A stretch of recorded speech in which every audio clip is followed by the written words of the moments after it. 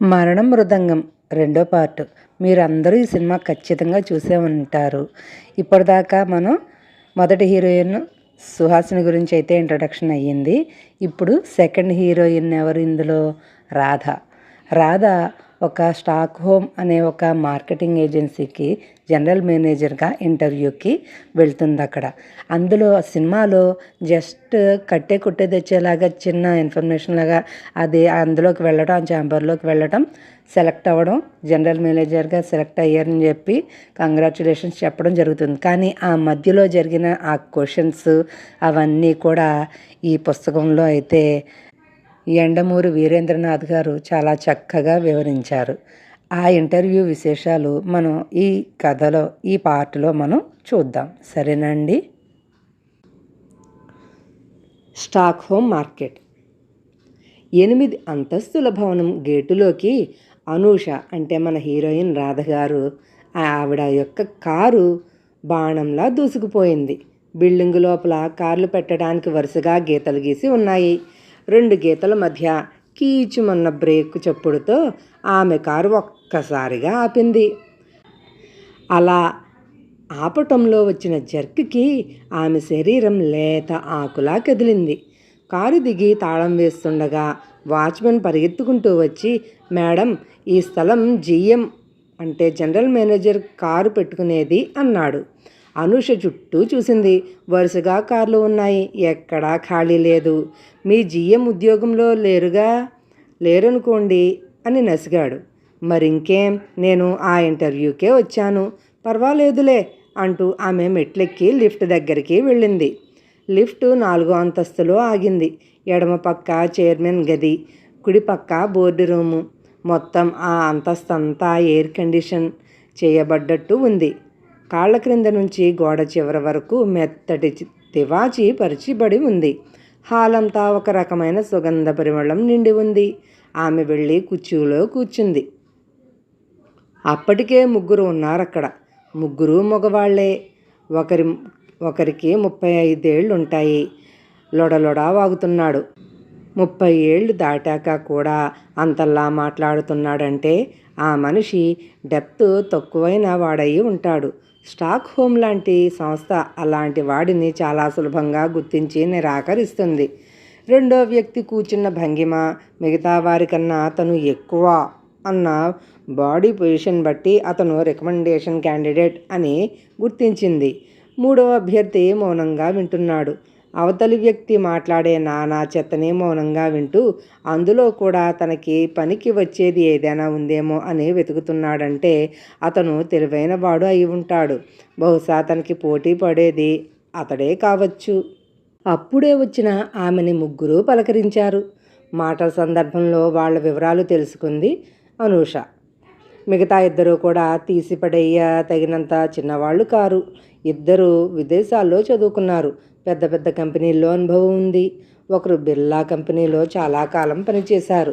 మరొకరు ఫాల్కే అవార్డు గ్రహీత. మొత్తానికి ఇంటర్వ్యూ తేలిగ్గా పూర్తయ్యేటట్టు లేదు అని అనుకుంది. అనూష కొద్దిగా భయపడింది. ఈ ఇంటర్వ్యూలో తను చాలా పెద్ద పోటీని ఎదుర్కోవాల్సి రావచ్చు.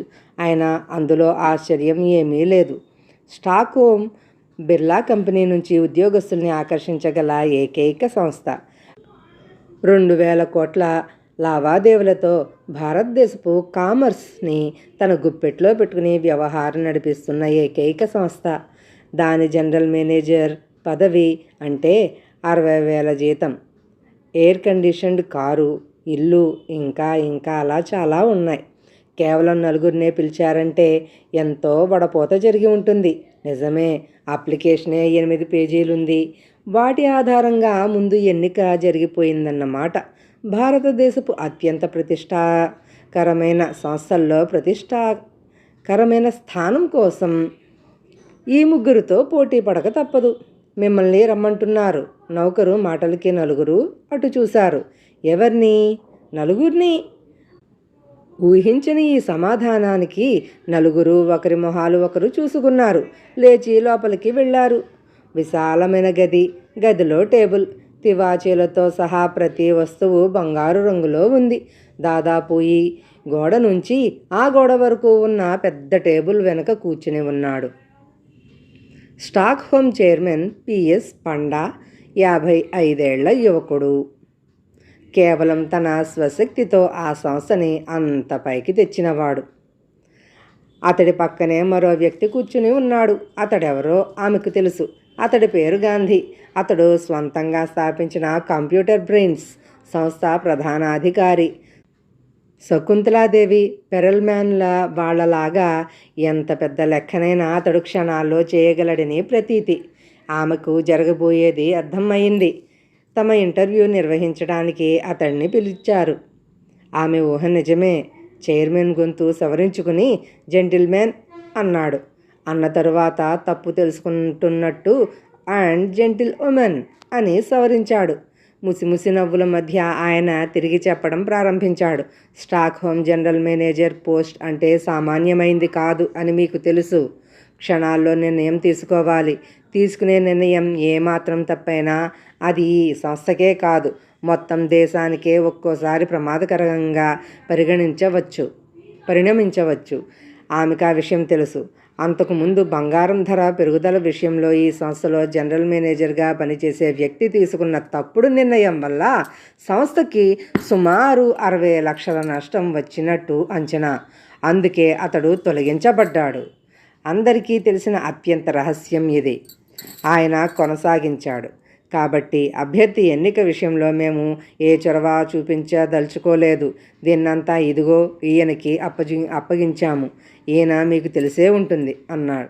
తెలుసున్నట్టు నలుగురు తలూపారు. పిఎస్ పండా తన పని అయిపోయినట్టు కుర్చీ వెనక్కి వాలుతూ ఇక మిగతా ఇంటర్వ్యూ ఆయన కొనసాగిస్తారు అన్నాడు. గాంధీ అభ్యర్థుల వైపు చిరునవ్వుతో చూశాడు. చిరునవ్వు అతడి మొహంలోంచి ఎప్పుడూ చెరగదనుకుంటా. అతడు అనుక్షణం ఎన్ని ఒత్తిళ్ల మధ్య ఉంటాడో, ఎంత టెన్షన్లో ఉంటాడో చాలామందికి తెలుసు.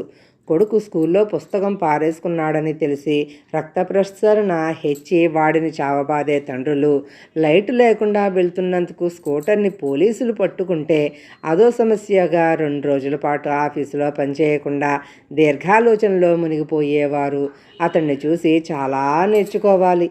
ఫ్రెండ్స్ అన్నాడు గాంధీ. నిజానికి మీరే ఇలాంటి ఇంటర్వ్యూలు ఎన్నో చేసి ఉంటారు. అంతంత పెద్ద పొజిషన్లో ఉన్నారు మీరు. ఎన్నో వడబోతల తర్వాత మీరు నలుగురు మిగిలారు. మీ సంస్థల్లో మీకు వస్తున్న జీతం కంటే స్టాక్ హోమ్ ఇచ్చే జీతం పెద్ద ఎక్కువేమీ కాదు. అయినా మీరు ఇంటర్వ్యూకి వచ్చారంటే మీ తెలివితేటలకి మరింత పదును పెట్టే ఉద్యోగం కోసం చూస్తున్నారన్నమాట. అనూషకి బార్న్ టు విన్ అన్న పుస్తకం గుర్తొచ్చింది. తమ అహాన్ని చాలా జాగ్రత్తగా రెచ్చగొడుతున్నాడు ఇతడు. నిశ్చయంగా అది ఆత్మస్థైర్యాన్ని పెంపొందించడానికి కాదు, ఏదో మెలక పెడతాడు. మీ నలుగురికి విదేశాల్లో అనుభవం ఉంది. ఆగి నెమ్మదిగా అన్నాడు. జూన్ 25వ తారీఖు నాటికి డాలర్ విలువ ఎంత ఉంటుంది అనుకుంటున్నారు అని అనగానే క్షణం ఆలోచించుకోకుండా తడుముకోకుండా 11 రూపాయల 25 పైసలు అని నలుగురు ఠక్కుమని చెప్పారు. గాంధీ నవ్వాడు. నెల రోజుల తర్వాత డాలర్ విలువ ఎంత ఉంటుందో క్షణాల్లో లెక్కగట్టి దేశపు అన్ని పరిస్థితుల్ని అంచనా వేసుకుని పైసా అటు ఇటు కాకుండా చెప్పగలిగే మేధావులు మీరు. కేవలం ఉద్యోగం చేయాలన్న కోరికతో వచ్చారు తప్పితే డబ్బు మీకో సమస్య కాదు. మీకున్న తెలివితేటలకి ఒక 10,000 పట్టుకుని ప్రొద్దున్న స్టాక్ ఎక్స్చేంజ్కి వెళితే సాయంత్రానికి 1,00,000తో తిరిగి రాగలరు అని వెంటనే అందరూ నవ్వుకున్నారు. గాంధీ తిరిగి చెప్పడం మొదలుపెట్టాడు. ఈ కారణం వల్లే నలుగురిని విడివిడిగా ఇంటర్వ్యూ చేయటం వల్ల ప్రయోజనం ఉండదని అనుకున్నాను. ఎవరు మీలో తొందరగా నిర్ణయం తీసుకోగలరు అని నిర్ణయించాలంటే అందరినీ ఒకేసారి ప్రశ్నించాలి. మీకు అభ్యంతరం లేదనుకుంటాను. లేదు అన్నట్టు తలలూగాయి. ఈ వేసవికాలం వర్షాలు అనుకోకుండా పడసాగాయి. మీ దగ్గర 1000 టన్నుల పాలిస్టర్ గుడ్డ ఉంది. అమ్మేస్తారా ఉంచుతారా? అమ్మేస్తాం. బుల్లెట్ల ముగ్గురి నోటి వెంట వచ్చిన ఈ సమాధానానికి గాంధీ హతాశుడై ఏం చేద్దాం అన్నట్టు పండా వైపు చూశాడు. ఆయన తనకి ఇదేమీ సంబంధం లేనట్టు ఉన్నాడు. వేసవిలో పడే వర్షం వల్ల చింతపిక్క ధర తగ్గుతుంది. చింతపిక్కల్లోంచి తీసే ఒక రకమైన ఆమ్లం చౌకగా లభించడంతో పాలిస్టర్కి వాడే రసాయనాల ధర తగ్గుతుంది. అటువంటి పరిస్థితుల్లో సరుకు నిల్వ ఉంచడం అవివేకం. వాళ్లలో ముగ్గురు క్షణంలో ఈ నిర్ణయానికి వచ్చేశారు. స్టాకు షేర్ల విషయంలో మీ ఆధునిక పరిజ్ఞానాన్ని పరిశీలించబోవటం తెలివి తక్కువతనం అని అర్థమైంది. వేరే రంగాలు పరిశీలిస్తాను అన్నాడు గాంధీ. ఇది అన్యాయం అన్నాడు బయట మౌనంగా అందరి మాటలు విన్న వ్యక్తి. వేరే రంగాల గురించి మాకు తెలియకపోవచ్చు. ఉదాహరణకి శకుంతలకి దుష్యంతుడు ఏమవుతాడు అని గట్టిగా అడిగితే గాంధీ నవ్వి, థ్యాంక్ గాడ్, కనీసం శకుంతలకి దుష్యంతుడికి ఏదో సంబంధం ఉన్నదన్న సంగతి మీకు తెలుసు కదా, నాకైతే అదీ తెలియదు అన్నాడు. మళ్ళీ నవ్వులు. పెద్ద స్థాయి ఇంటర్వ్యూలు మామూలు ఇంటర్వ్యూల్లాగా జరగవు. కొన్ని ప్రశ్నోత్తరాలు అయ్యాక మామూలు సంభాషణలా సమాన స్థాయిలో జరుగుతాయి. మిమ్మల్ని మీకు తెలియని రంగాల్లో ప్రశ్నలు అడిగి ఇబ్బంది పెట్టండి. మీరు చాలా హెచ్చు స్థాయిలో ఆలోచిస్తున్నారు కాబట్టి ఈసారి తక్కువ స్థాయిలో అడుగుతానంతే ఆగి అన్నాడు గాంధీ. సరే అయితే. ఐన్స్టీన్ ఒక సభకు వెళ్ళినప్పుడు ఒక చిన్న కుర్రవాడు అతడికో లెక్క ఇచ్చాడు. రాము, సోము, జార్జి అనే ముగ్గురు కుర్రవాళ్ళు వనవిహారానికి వెళ్ళారు. రాము 5 రొట్టెలు, సోము 3 రొట్టెలు తెచ్చారు. జార్జి ఏమీ తీసుకురాలేదు. ఆ 8 ముగ్గురు తిన్నాక జార్జి తన వంతు ఖర్చుగా 8 రూపాయలు వారికి ఇచ్చాడు. ఈ డబ్బుని ముందు వాళ్ళు ఇద్దరూ ఎలా పంచుకోవాలి అని. ఐన్స్టీన్ ఆలోచించకుండా రాము 5 రూపాయలు, సోము 3 రూపాయలు తీసుకోవాలి అని సమాధానం ఇచ్చారు. ఆ తర్వాత ఐన్స్టీన్ తన ఆత్మకథలో ఒకచోట తను ఎంత తేలిగ్గా పప్పులో కాలు వేసింది వ్రాస్తూ, రాము 7 రూపాయలు, సోము 1 రూపాయి తీసుకోవాలని నాకు సరిగ్గా 6 నిమిషం తర్వాత తట్టింది. కానీ ఈ లోపులోనే నా నోటి వెంట తప్పు సమాధానం బయటకొచ్చేసింది అన్నాడు. కాబట్టి మనం త్వరగా నిర్ణయం తీసుకోవటం ఎంత ముఖ్యమో అంత త్వరగా అది సరి అయినదో కాదో చూసుకోవడం కూడా అంతే ముఖ్యం.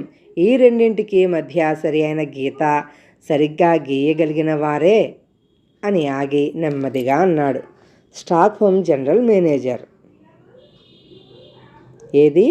ఈ సరి అయిన గీత సరిగా గీయగలిగిన వారే జనరల్ మేనేజర్ అవుతారు అని చెప్పాడనమాట. అక్కడ నలుగురు అతడు చెబుతున్నది వింటున్నారు. గాంధీ కొనసాగించాడు.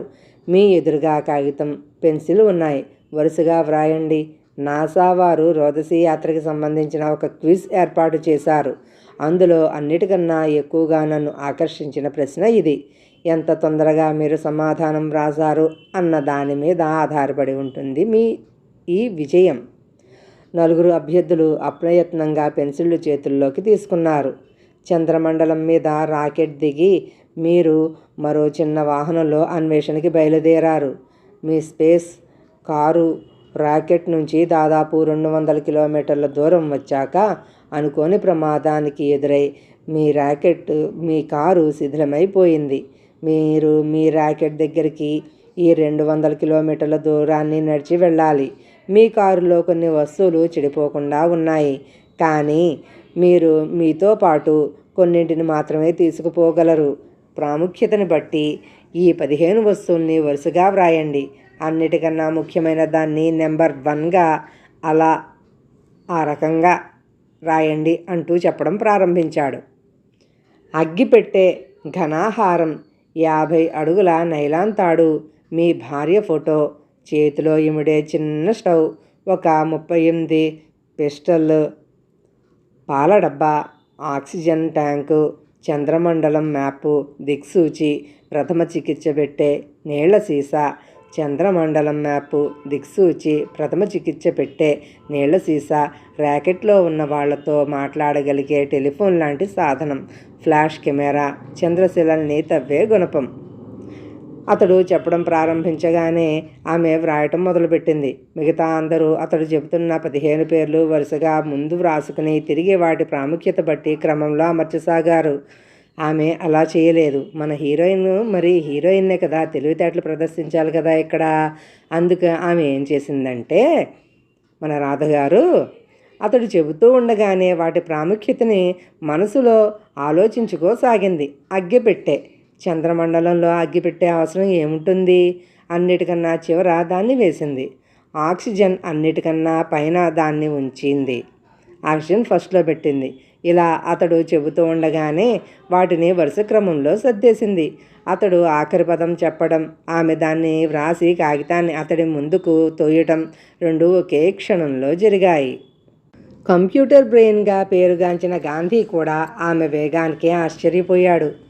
పండ అభినందిస్తున్నట్లు నవ్వాడు.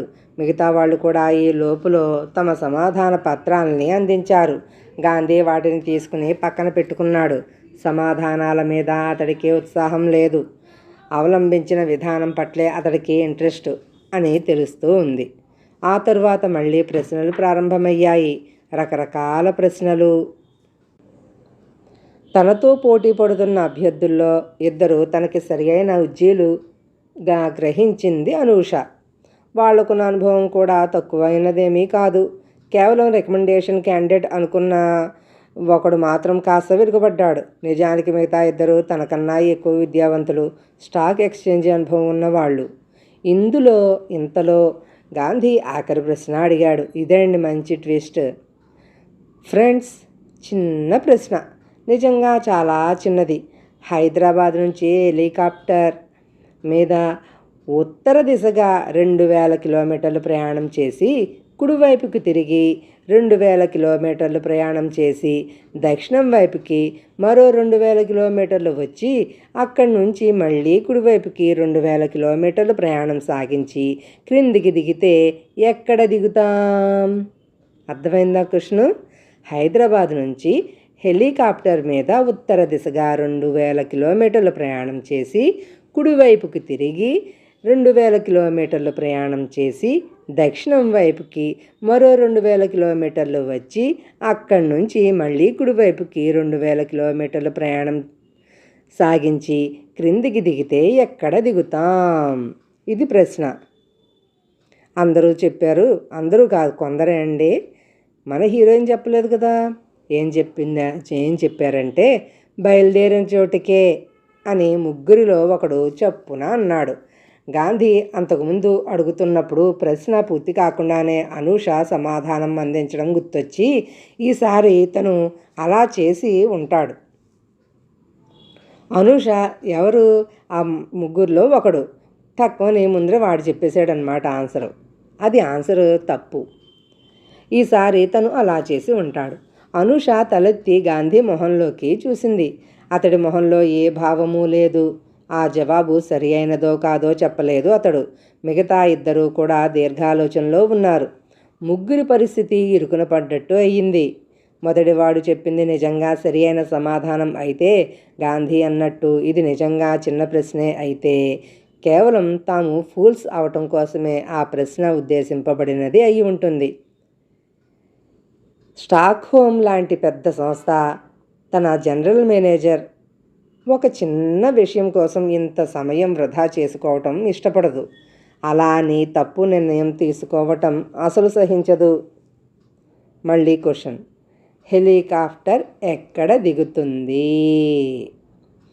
టేబుల్ మీద ఉన్న ప్యాడ్ మీద పిచ్చిగా వృత్తాలు గీస్తూ ఆమె తీవ్రంగా ఆలోచిస్తూ ఉంది. పక్కనున్న ముగ్గురిలో ఒకరు అంతకుముందు అభిప్రాయంతో ఏకీభవిస్తున్నట్లు హైదరాబాద్లోనే అన్నారు. ఇక జవాబు చెప్పవలసింది ఇద్దరు. సమయం గడిచిపోతూ ఉంది. క్షణాలు ముందుకు గడిచే కొద్దీ తాము ఓటమికి దగ్గరవుతున్నట్టు మిగతా ఇద్దరికీ తెలుసు. ఏదో ఒక సమాధానం చెప్పాలి. ఇద్దరిలో ఒకరన్నారు, హెలికాప్టర్ గాలిలో ఉన్నప్పుడు క్రింద భూమి తిరగటాన్ని లెక్కలోకి తీసుకోవాలా? పెట్రోల్ సమస్య ఉందా అని అడిగాడు. అనేటప్పటికీ గాంధీ నవ్వి, ఎలా తీసుకుంటారు? వాతావరణం కూడా భూమితో పాటే తిరుగుతూ ఉంటుంది కదా అన్నాడు. పెట్రోల్ సమస్య లేదు. అయితే హైదరాబాద్ అని మూడో అభ్యర్థి కూడా నిర్ణయానికి వచ్చేశాడు. ఇక మిగిలింది అనూష ఒక్కతే. 5 జతల కళ్ళు ఆమె సమాధానం కోసం ఎదురు చూస్తూ ఉన్నాయని ఆమెకి తెలుసు. ఆమె కూడా చెప్పేస్తే ఇంటర్వ్యూ పూర్తి అయిపోతుంది. ఒక సిల్లీ ప్రశ్న కోసం ఇంతసేపు సమయాన్ని తీసుకున్నందుకు కొన్ని మార్కులు పోవచ్చు. కానీ నిజంగా సిల్లీ ప్రశ్నేనా ఇది? ఆమె ఇంకా పిచ్చిగా వృత్తాలు గీస్తూనే ఉంది. మరో 2 సెకండ్లు గడిచాయి. తను గీసిన బొమ్మ వైపు చూసుకుంటే ఆమె మెదడులో చటుక్కున ఒక మెరుపు మెరిసింది. అంతే, క్షణాల్లో ఆమె మెదడు మిషను కన్నా వేగంగా లెక్కలు కట్టింది. తరువాత ఆమె తలెత్తి చిరునవ్వుతో, మీరు చెప్పినట్టు ఒక హెలికాప్టర్ హైదరాబాద్ నుంచి చతురస్రాకారంలో 2000 కిలోమీటర్లు ప్రయాణిస్తే తిరిగి హైదరాబాద్ చేరుకోదు అంది. మరెక్కడికి చేరుకుంటుంది మిస్? భద్రాచలం, ఖమ్మం ప్రాంతాల్లో దిగుతుంది. మిగతా అభ్యర్థులు ఆమె వంక పిచ్చిదానిలా చూశారు. చివరికి పండా కూడా ఆమె చెప్పిన జవాబుకి ఆశ్చర్యపడ్డట్టు కనిపించాడు. ఏమీ మార్పు లేనిది ఒక గాంధీలోనే. మీకు ఈ సమాధానం ఎలా వచ్చిందో చెప్పగలరా మిస్ అనూష అని అడిగాడు. షూర్ అంది అనూష. ఆ తరువాత ఆమె చెప్పడం ప్రారంభించింది. హైదరాబాద్ దాదాపు 78వ రేఖాంశం మీద ఉంది. అదే రేఖాంశం మీద పైకి 2000 కిలోమీటర్లు ఉత్తరంగా వెళ్తే దాదాపు కాశ్మీర్ సరిహద్దుల్లోకి వెళతాం. అక్కడి నుంచి భూగోళం మీద అడ్డంగా అంతే దూరం ప్రయాణం చేసే చైనాలో దాదాపు 100వ రేఖాంశం మీదకి వెళతాం. అదే రేఖాంశం మీద క్రిందికి దిగితే థాయిలాండ్ ప్రాంతాల్లో దిగుతాం. లెక్కల్లో మెలిక ఇక్కడే ఉంది. ఉత్తర ధ్రువం నుంచి క్రిందికి దిగే కొద్దీ రేఖాంశాల మధ్య దూరం పెరుగుతుంది. ఎంత దూరం పెరుగుతుంది లెక్క కట్టాలంటే చిన్న తరహా కంప్యూటర్ అవసరం అంది, కంప్యూటర్ అన్న పదాన్ని నొక్కి పలుకుతూ. గాంధీ చిరునవ్వు నవ్వుకొని ఆ చిరునవ్వుని కనపడకుండా ఆపటానికి విఫల ప్రయత్నం చేశాడు. ఆమె చెప్పడం కొనసాగించింది. హైదరాబాద్ ఉన్నది 17వ అక్షాంశంలో. ఆ అక్షాంశం మీద బ్యాంకాక్ ప్రాంతాల నుంచి హైదరాబాద్కి దూరం దాదాపు 2200 కిలోమీటర్లు. అంటే వెనక్కి వస్తున్న హెలికాప్టర్ హైదరాబాద్కి 200 కిలోమీటర్ల దూరంలోనే దిగిపోతుందన్నమాట. అక్కడ ఉంది భద్రాచలం, ఖమ్మం మధ్య ప్రాంతం. అందుకే భద్రాచలం అని చెప్పాను. కోర్స్ ఆ ఊళ్ళో హెలీప్యాడ్ ఉన్నట్లయితే. ఆ గదిలో సూది పడితే వినపడేటంత నిశ్శబ్దం వ్యాపించింది. దాన్ని భంగపరుస్తూ గాంధీ, ఓకే ఫ్రెండ్స్, మీ రిజల్ట్స్ తరువాత తెలియపరుస్తాం అన్నాడు లేస్తూ. అందరూ అతడితో పాటే లేచారు. ఆమె కూడా బయటకు వచ్చింది. లిఫ్ట్ దగ్గర గాంధీని అడిగింది, లక్ష్మి ఎలా ఉంది అని. She's fine. లిఫ్ట్లో ప్రవేశించబోతూ ఉంటే చైర్మన్ మళ్ళీ ఆమెను పిలుస్తున్నారని కబురొచ్చింది. ఆమె బయటే ఆగిపోయింది. గాంధీ గుడ్ బై అని లిఫ్ట్ క్రిందికి దిగబోతూ ఉంటే వినపడనట్టు కంగ్రాచ్యులేషన్స్ అన్నాడు. అతడు చెప్పదలుచుకున్నది అర్థమై ఆమె పెదవుల మీద చిరునవ్వు కదలాడింది. కానీ అది ఎక్కువసేపు నిలబడలేదు. పిఎస్ పండా కాస్త దిగులుగా నిలబడ్డాడు. లోపలికి వచ్చిన అనూషని చూస్తూ కూర్చో అన్నాడు. తమ ఇంటర్వ్యూలో ఎన్నిక కాబడ్డానని, అందుకే తనని ఏకవచనంతో సంబోధిస్తున్నాడని అర్థమైంది. ఆ చనువు అతడికి అధికారం వల్ల వచ్చింది కాదు, వయసు తెలివితేటల వల్ల వచ్చింది. చిన్న ఇబ్బంది వచ్చింది. ఆమె కూర్చున్నాక అన్నాడు పండా, మీ నలుగురిలో మన్మోహన్ వెనుక చాలా పలుకుబడి ఉంది. మోహన్ తెలుసుగా, మీ నలుగురిలో అందరికన్నా వీక్. అతడు ఆగి అన్నాడు, స్టాక్ హోమ్ జనరల్ మేనేజర్ పదవి అంటే సామాన్యమైనది కాదు. ఒక మామూలు అభ్యర్థిని ఈ పదవికి ఎంపిక చేయలేం. తెలివితేటలు పలుకుబడి రెండూ ఉండాలి. మొదటివి నీకున్నాయి, రెండోది అతడికి ఉన్నాయి. మీకెవరికీ తెలియని విషయం ఏమిటంటే అందంగా హుందాగా కనబడే ఈ స్టాక్ హోమ్ ఏ క్షణంలోనైనా కూలిపోవడానికి సిద్ధంగా ఉంది. ఎక్కడో ఏదో జరుగుతుంది, దాన్ని నేను పట్టుకోగలను. కానీ నాకు బలమైన చెయ్యి సహాయానికి కావాలి. నా ఓటు నీకే. కానీ అతడికి చాలా పలుకుబడి ఉంది. కావలసిన పనులు నిమిషాల మీద చేయించుకోగలడు. పండా చెప్పదలుచుకున్నది అర్థమైంది. ఆ అభ్యర్థిని పనిలోకి తీసుకుంటే ఈ సంస్థ కొన్ని పనులు సులభంగా నెరవేరుతాయి. తనకి కూడా అంత పలుకుబడి ఉందని నిరూపించుకోవాలి. స్టాక్ హోమ్లో అత్యున్నతమైన పదవి అంటే ఇలాంటి పలుకుబడి చాలా అవసరం. ఎవరు సార్ ఈ అభ్యర్థిని రికమెండ్ చేసింది? టొబాకో కింగ్ రామసుబ్బారావు, మన మన్మోహన్ అతడి బావమరిది. ఆమె గుండె ఒక క్షణం కుంచుకుపోయినట్టు అయ్యింది. భారతదేశపు పొగాకు వ్యాపారాన్నంతా చిటికెన వేలు మీద ఆడించే రామసుబ్బారావు అతడి వెనుక ఉన్నాడు. అతడిని తను ఎదుర్కొనవలసి ఉంది. అంటే ఇక్కడ గొల్లపూడి మారుతీరావు అన్నమాట. ఇంకో గంటలోగా ఈ ఇంటర్వ్యూ ఫలితం ఆయనకి చెబుతానని చెప్పాను అన్నాడు పండా. అనూషకి అతడి మాటల్లో అంతరార్థం బోధపడింది. తను బయటికి వెళ్ళి తీరిగ్గా ఆ రామసుబ్బారావు మీద ఒత్తిడి తీసుకువస్తానంటే లాభం లేదు. ఇక్కడే ఏదో చెయ్యాలి. ఇది కూడా తనకి ఒక రకం పరీక్షే. స్టాక్ హోమ్ జనరల్ మేనేజర్ కుర్చీలో కూర్చుని అన్ని పనులు చేయగలిగి ఉండాలి. అన్ని క్షణాల మీద చేయాలి. పెద్ద పెద్ద వాళ్లతో పరిచయాలుండాలి. సమస్యని వెంటనే పరిష్కరించాలి.